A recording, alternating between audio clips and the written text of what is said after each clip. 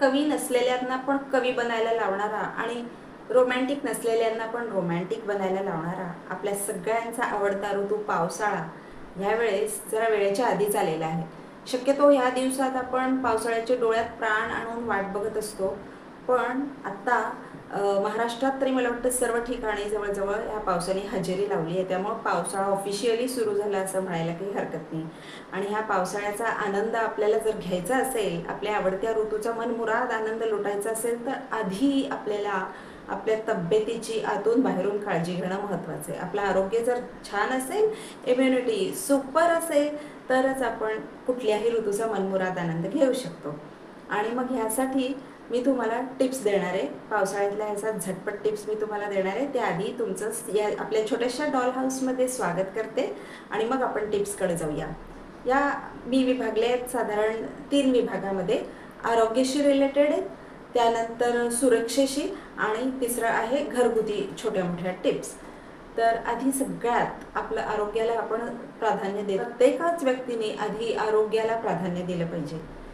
तर त्यासाठी आपण पहिली टिप बघूया की पावसाळा हा थोडासा फसवा ऋतू आहे. उन्हाळ्यात वगैरे बघा आपल्याला तहान लागते, आपण पाणी पितो, त्यामुळे पाणी पिण्याचं आपल्याला लक्षात नाही ठेवावं लागत आणि आपली बॉडी हायड्रेटेड राहते. पण पावसाळ्यात असं होत नाही. हवेत ह्युमिडिटी असल्यामुळे आपल्याला तहान जाणवतच नाही. पण तहान जाणवत नाही ह्याचा अर्थ हा नाही ना की आपल्या शरीराला पाण्याची गरज नसते. आपल्या शरीराला पाण्याची गरज पावसाळ्यातही असते, पण आपण ते साधारण विसरतो. त्यामुळे थोडंसं लक्षात ठेवून आपल्याला पावसाळ्यात पाणी पिलं पाहिजे. पाणी तेवढंसं जात नाही या दिवसात, तेही मला माहिती आहे. तर आपण शक्यतो आपल्या जेवणात, आहारात जेव्हा जमेल तेव्हा भाज्यांचे किंवा इतर विविध प्रकारचे गरम सूप्स ॲड केले पाहिजेत. त्यामुळं काय होईल की शरीर हायड्रेटेड पण राहील पाण्याचं प्रमाण केल्यामुळं आणि भाज्यांमधले वगैरे विटॅमिन्स सूपमधून गेल्यामुळे तब्येतही चांगली राहील. तर आहारात शक्यतो वेगवेगळ्या सूप्सचा वापर करा. आणि दुसरं म्हणजे गोल्डन फॉर्म्युला कशाला म्हणतात माहिती आहे? हळद आणि दुधाला गोल्डन मिल्क म्हणतात. तर पावसाळा संपेपर्यंत महिन्यातून किमान 4-5 वेळा आपल्या पोटात रात्री झोपताना हळदीचं दूध नक्की प्या. ज्यांना शुगर असेल त्यांनी साखर न ॲड करता हळद आणि दूध, पण मात्र मेक शुअर की विकतची हळद नको, शुद्ध हळदीचा वापर करा. आणि महिन्यातून 3-4 वेळा हळदी दुधाचा वापर करा. त्यामुळे काय होईल, छातीत कफ वगैरे जमायला सुरुवात झाली असेल तर तो हळदीमुळे सुरुवातीलाच वितळायला लागेल, म्हणजे फारसा प्रॉब्लेम पुढे सुरू होण्याच्या आधी तो मुळातच संपून जाईल. दुसरं काय होईल, पावसाळ्यात काहीतरी बाहेरचे घटक किंवा कृमी कीटक जर पोटात गेले असतील आहारामुळे, पाण्यामुळे, तर हळदीने ते मरायला मदत होईल. कारण हळदीमध्ये अँटीबॅक्टेरियल प्रॉपर्टी आहे ना, कृमी कीटक मारण्याची शक्ती आपल्या हळदीने निसर्गतः दिलेली आहे. त्यामुळं स्किनसाठी, पोटाच्या आरोग्यासाठी आणि छातीत जर कफ वगैरे जमायला सुरुवात झाली असेल तर हळदीमुळं सुरुवातीपासूनच तुम्ही जर काळजी घेतली तर ते प्रॉब्लेम पुढे वाढणारच नाही. त्यामुळं हळदी दूध एक इन्क्लूड करा. आरोग्यासाठी जी तिसरी टिप आहे ती आहे व्हिटॅमिन सीचा वापर. रोगप्रतिकार शक्ती वाढवायची असेल तर आपल्याला व्हिटॅमिन सी आपल्या शरीराला लागतं. हे आपण अगदी शालेय शिक्षणापासून शिकलेलो आहे. पण म्हणजे नक्की काय करायचं, तर व्हिटॅमिन सी रिच फूड आपण घेतलं पाहिजे आहारात. त्यात लिंबू तर असतं, पण आता लिंबू सरबत वगैरे तर आपण पावसाळ्यात काही घेत नाही. त्यामुळं वरण भातावर म्हणा किंवा हिरव्या पालेभाज्यांवर लिंबू पिळून घेतलं पाहिजे. आणि तशाही हिरव्या पालेभाज्या पावसाळ्यात थोड्याशा कमीच खाल्ल्या जाव्यात. फळभाज्यांवर प्राधान्य द्या, पालेभाज्या कमी खा. तर भाज्यांमध्ये, वरण भातावर, सूपमध्ये असं तुम्ही लिंबू पिळून घ्या. टमॅटो, ढोबळी मिरची, ब्रोकोली, स्ट्रॉबेरीज हे सर्व हे व्हिटॅमिन सी रिच फूड. त्याचा तुम्ही कशा ना कशा प्रकारे आहारात समावेश करा. ऑरेंजेस वगैरे मिळाले, संत्रे वगैरे मिळाले तर तेही अधूनमधून घ्या आणि आपली इम्युनिटी बळकट करा. त्यानंतरची टिप आहे, आणि ही कुणालाच आवडणार नाही आहे, पण तरीही मी सांगते की स्ट्रीट फूड शक्यतो अवॉइड करा. आता मी स्वतःसुद्धा हे इतकं मानू नाही शकत, पण मग मी काय करते की अगदी आपण जिथून पहिल्यापासून खाल्लं आहे, ज्याची आपल्याला चवीची आणि पदार्थांची आपल्या पोटाला सवय आहे, अशा ठिकाणी कधीतरी क्वचित खायला काही हरकत नाही आहे. पण मग अगदी अनोळखी ठिकाणचं अन्न आणि पाणी अगदी वर्ज्य करा. अनोळखी ठिकाणी कुठे जायचं असेल तर स्वतःचा एखादा बिस्किटचा पुडा आणि घरी पॅक केलेला भाजी चपातीचा रोल का होईना तोच कॅरी करा. खायचंच असेल स्ट्रीट फूड तर आपल्या ओळखीच्या ठिकाणी जिथली आपल्याला सवय आहे तिथूनच, पण मिनिमाइज करा, खूप कमी करा पावसाळ्यात. आणि आता चौथी टिप जी मी देणार आहे ती सगळ्यांनाच आपल्याला माहिती आहे, पण आता आपण या बाबतीत खूप परत एकदा ढिले पडलेलो आहोत. आठवतो तुम्हाला तो कोरोनाचा काळ? त्यावेळेस आपण किती काळजी घ्यायचो, आपले दारं खिडक्या डेटॉलच्या पाण्याने पुसून घ्यायचो, सॅनिटायझरचा वापर करायचो, मास्क घालायचो. तर आता पावसाळाही आला आहे आणि हलक्या फुलक्या कोरोनाच्याही बातम्या आपल्याला ऐकायला मिळत आहेत. त्यामुळं गर्दीच्या ठिकाणी तरी ॲटलिस्ट जाताना ह्या सगळ्या गोष्टी त्या पावसाळ्यापुरतं तरी का होईना परत एकदा आपण आपल्या आचरणात आणूया. गर्दीच्या ठिकाणी मास्क वापरायला चालू करूया. एखादी छोटीशी सॅनिटायझरची बाटली आपल्या पर्समध्ये बाळगूया. दाराचे हँडल्स वगैरे आठवड्यातून एकदा तरी डेटॉलच्या पाण्याने पुसून घेऊयात, नाहीतर त्याच्यावरती तरी सॅनिटायझरचा स्प्रे मारूयात. कारण आता परत ते दिवस आले आहेत की नाही, भगवान देव करो आणि असं काही आलेलं नसू दे, पण तरीसुद्धा या पावसाळ्यात आपण या टिप्स फॉलो करूयात. हे बघा, नंतर आपण दवाखान्याचे चक्कर लावण्यापेक्षा किंवा 2 दिवस आजारी होऊन पडण्यापेक्षा थोडी आधी काळजी घेतलेली आणि थोडासा खर्च आधी केलेला काही वाईट नाही. पिण्याच्या पाण्याचं सुद्धा नळाला बरंच वेळा गढूळ पाणी येतं. ते गाळूनही भागत नाही, ते उकळूनही भागत नाही.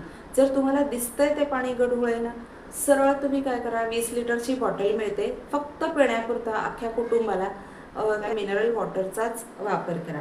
नंतर हॉस्पिटलांची बिलं भरणं कोणाला परवडणार नाही आहे. त्यामुळं आधीच जो खर्च केला तो बाकीचे नंतरचे खर्चही वाचवेल आणि मनस्तापही वाचवेल. आणि अजून एक सांगते की खूपशा लोकांचं असं असतं, चला चला पहिल्या पावसात भिजूया, पहिल्या पावसात भिजूया. पण हे अगदी अवॉइड करा हां, पहिल्या पावसात बिलकुल भिजू नका.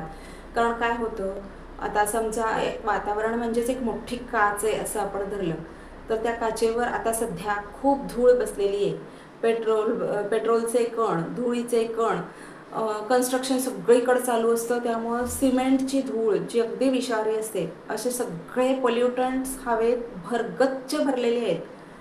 तर पहिला पाऊस जेव्हा येणार ना, तेव्हा हे सगळं धूत खाली आणणार आहे आणि ते सगळं विषारी पाणी असणार आहे एक प्रकारे पहिल्या पावसाचं. ते सगळं आपल्या स्किनवर पडणार आहे आणि ते आपल्या आरोग्यासाठी अजिबात चांगलं नाही आहे. त्यामुळं पहिल्या पावसात भिजणं अवॉइड करा. त्यानंतर एकदा आपलं वातावरण स्वच्छ झालं की मग भिजायला काही हरकत नाही आहे. तर ह्या होत्या आपल्या आरोग्याशी रिलेटेड हेल्थ टिप्स. त्यानंतर दुसऱ्या टप्प्यावर आपण बघूया आपल्या सुरक्षिततेबाबत टिप्स. तर या सेफ्टी टिप्स बघताना आधी तुम्ही आपली छत्री आणि रेनकोट, कितीही जवळ जायचं असू दे की लांब जायचं असू दे, या गोष्टी विसरू नका. नसतील तर विकत घ्या. आणि विकत घेताना एक काळजी, आता इथे मी तुम्हाला शॉपिंगशी रिलेटेड ही एक टिप देते, कारण 1-2 वेळा मी त्याचा तोटा सहन केलेला आहे. छत्र्या घेताना नीट बघून पारखून घ्या. कारण हे दुकानदार काय करतात, या छत्र्या किंवा रेनकोट यावर कुठलीही गॅरंटी वॉरंटी नसते. त्यामुळं त्यात परत काहीतरी छिद्र निघालं, त्या लीक होत आहेत असं कळलं किंवा काही झालं, कुठल्याही कारणाने ते परत घेत नाहीत ना, त्याला बदली काय देतात ना त्याचे पैसे परत देतात. त्यामुळं गेले पैसे की गेले. आता छत्री निवडताना कशी निवडाल, एकतर ती व्यवस्थित स्मूथली बंद चालू होते की नाही हे पहा, आणि एकदा उघडून ती प्रकाशाच्या दिशेने पहा. जर लीक होत असेल, कुठे छिद्र असतील तर ते तुम्हाला प्रकाशाच्या दिशेनेच दिसतील, दुसऱ्या दिशेने काही ते दिसणार नाही. जिथे शिवण असते तिथे मोठे मोठे होल्स झालेले असू शकतात. त्यामुळं तुम्ही प्रकाशाच्या दिशेने छत्री करून नीट चेक करून घ्या आणि खात्री झाल्यावरच मग तुम्ही त्याचे पैसे द्या. कारण एकदा तुमचे पैसे गेले की गेले. आणि सेफ्टीच्या बाबतीत दुसरी गोष्ट अशी की या दिवसात बऱ्याचशा फरशा वगैरे असतात त्या गुळगुळीत झालेल्या असतात, इतक्या स्लिपरी झालेल्या असतात की त्यामुळे सहज जरी चालायला गेला तरी माणूस घसरून पडू शकतो. त्यामुळं त्या बाबतीत सावधानी बाळगा. चढताना उतरताना कुठे बार्स असतील तर त्याच्या सपोर्टने चाला. आणि फुटवेअर पण असे घ्या की फ्रिक्शन असेल, त्या गुळगुळीत तळाच्या चपला, सँडल्स असं वापरणं टाळा. आणि पावसासाठी योग्य असे फुटवेअर घ्या, त्यामुळं घसरून पडण्याची भीती कमी होईल. कुठे जायचा वगैरे प्लॅन असेल तर टी व्हीच्या न्यूजवर लक्ष ठेवा, गुगल मॅप्सवर लक्ष ठेवा, तिथे फ्लडेड एरिया झाला आहे का, किंवा फार गर्दी वाढलेली आहे का, ट्रॅफिक जॅम झाला आहे का, तिथे खूप पाणी तुंबलं आहे का, ह्याची सगळ्याची चौकशी करूनच जाण्याचा प्लॅन बनवा. मला तर असं वाटतं शक्यतो स्वतःची गाडी जरी असेल तरी अशा वेळेस कॅब वगैरे बुक करणं श्रेयस्कर ठरतं. कारण जॅम असेल, ट्रॅफिक जॅम असेल, पार्किंगच्या खूपशा कटकटी असतात मोठ्या मोठ्या शहरांमध्ये, तर त्याला अनुसरून तुम्ही निर्णय घ्या. स्वतःची गाडी काढण्याऐवजी कॅब, ऑटो रिक्षा ह्याचा वापर करा. म्हणजे पार्किंगचं टेन्शन तुम्हाला येणार नाही. ट्रॅफिक जॅममध्ये अडकला तर तुम्ही दुसरा निर्णय घेऊन दुसरी रिक्षा करून घरी परत येऊ शकता. आणि आपल्या सगळ्यात जवळचा मित्र आपला मोबाईल, त्याची पण काळजी घ्या. कारण आपली सगळी जी आजकाल इन्फॉर्मेशन असते, दुसरे फोन नंबर्स, बँकेची इन्फॉर्मेशन, पेटीएम वगैरे सगळं असतं, ते आपण आपल्या मोबाईलमध्ये स्टोअर केलेलं असतं. त्यामुळे तो भिजू देऊ नका. त्याच्यासाठी जी खास कवर्स असतात ते घेऊन आपल्या मोबाईलची पण आपल्या इतकीच काळजी घ्या. तर ह्या होत्या आपल्या सेफ्टी रिलेटेड टिप्स. आता वळूया आपल्या घराकडं. पावसाळ्यामध्ये आपलं घर कोरडं आणि हवेशीर ठेवणं फार महत्त्वाचं आहे. नाहीतर एक प्रकारचे विचित्र दमट कुबट वास यायला लागतात. खास करून मोठ्या मोठ्या शहरांमध्ये आपल्याला उन्हात वाऱ्यात कपडे सुकवता येत नाहीत. त्यामुळे तुम्ही काय करा, कपडे धुतले की शक्यतो कम्फर्ट वगैरे असं फॅब्रिक कंडिशनर असतं त्याचा वापर करून, रात्री आपण पंखा लावून झोपत असतो किंवा एखाद्या खोल्यात पंखे चालू करून तिथे दोऱ्या बांधून घ्या, त्यावर कपडे सुकवा. अशा छोट्याशा गोष्टीची जर तुम्ही काळजी घेतली तर घरातला कुबट वास कमी व्हायला मदत होईल.